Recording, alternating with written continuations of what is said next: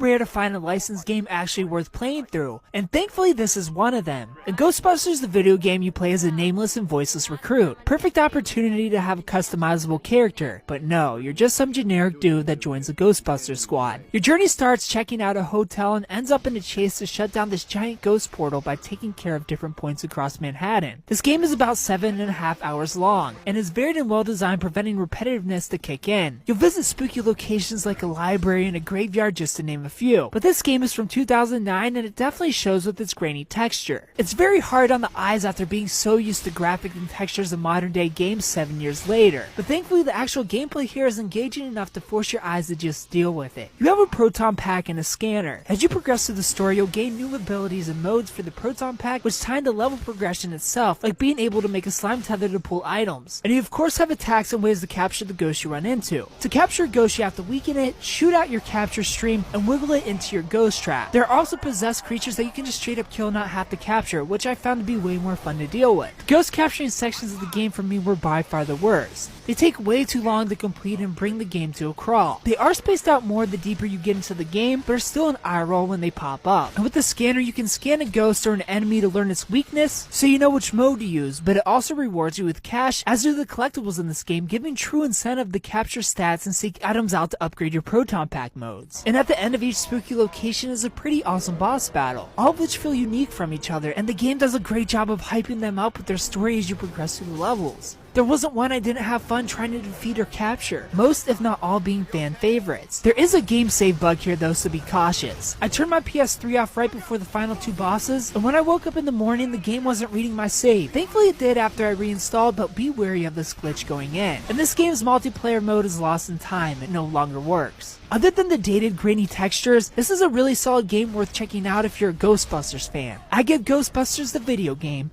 a 7 out of 10.